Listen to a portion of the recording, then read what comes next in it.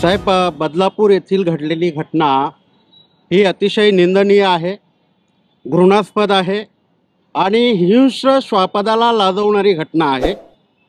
या घटनेचा सर्वप्रथम वकील संघटनेने काल जाहीर निषेध व्यक्त केलेला आहे आणि आमच्या वकील संघटनेने असा ठराव केलेला आहे की या आरोपीचं, या नराधमाचं वकीलपत्र कोणीही घेऊ नये आणि त्यामुळे आज आरोपीला सकाळी 10 वाजताच कोर्टामध्ये हजर केलं।